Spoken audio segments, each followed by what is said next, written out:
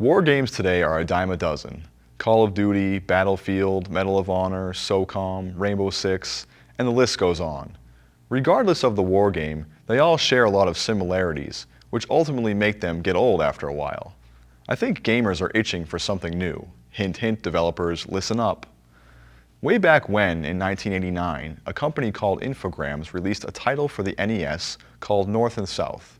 It took place during the Civil War and pitted the Yankees against the rebels. It still, to this day, goes down as one of my favorite games on the NES. And there has yet to be a decent war game set during this era. Someone needs to get on this. But in the meantime, check out this nostalgia review of North and South for the NES. The thing I like most about this game is the variety of game genres it integrates. We get a good mixture of strategy, action, and platforming. The game opens up and you choose a side. I usually pick the North because, well, they're going to win anyway. So you set your options on this screen, then you click the Go button. But what happens if I do this?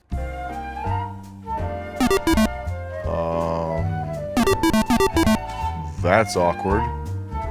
Why did they throw that in there? It's so strange.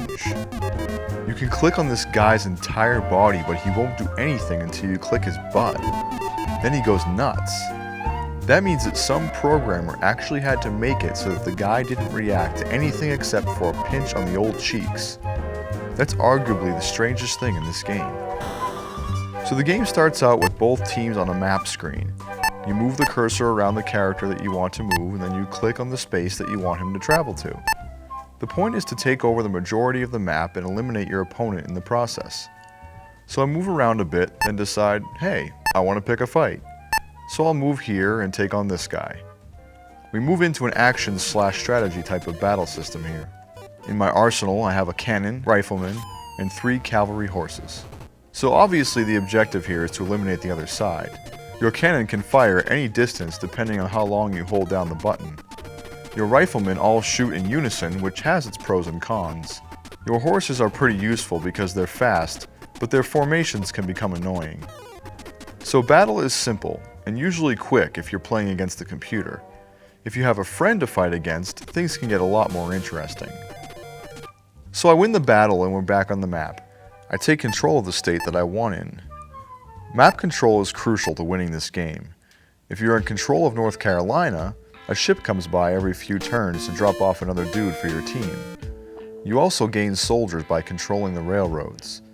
The more states you own around the railroad, the more money you can toss in your bank, and when you reach a certain amount, you recruit more soldiers. Unless, of course, I'm there to hijack their train. Yes, this is one of my favorite parts of the game. You have to hop on the enemy train and run towards the front. The enemy team has a chance to stop you, however, by jumping down and chucking knives at your face. Once they're out of guys, you're home free. You reach the end, stick up the conductor, and take the cash. Just don't fall off the train or you'll cry like a baby. Now that you control some of the railroads, life becomes a lot easier. As you move around the map, another important landmark to take over are the forts. The forts are not specifically marked, but you learn where they are once you play a few times. Taking over a fort is similar to the train heist, only less pressure. You are racing against the clock, but it's a lot easier to make it to the end. The enemy jumps down from the heavens and tries to stop you. Once you're out of knives, all you have is your Hulk fists. Whoa! Did you see that? I just pwned that Reb into next Tuesday. So as you race to the finish line, you avoid dogs, dynamite, and regular obstacles. This platforming is fun and adds to the variety of gameplay I mentioned in the beginning. So you reach the end and you capture the flag, or if you were too slow, again, you weep like a newborn. This game is fun, but it lacks in controls. Using the cursor to navigate your soldiers on the map feels stiff and causes your thumbs to hurt a lot. In the battles, your troops move too slow and you can't manipulate the D-pad quick enough to get them out of harm's way. But ultimately, it doesn't make the game unplayable. North and South gets 6 butt pokes out of 10.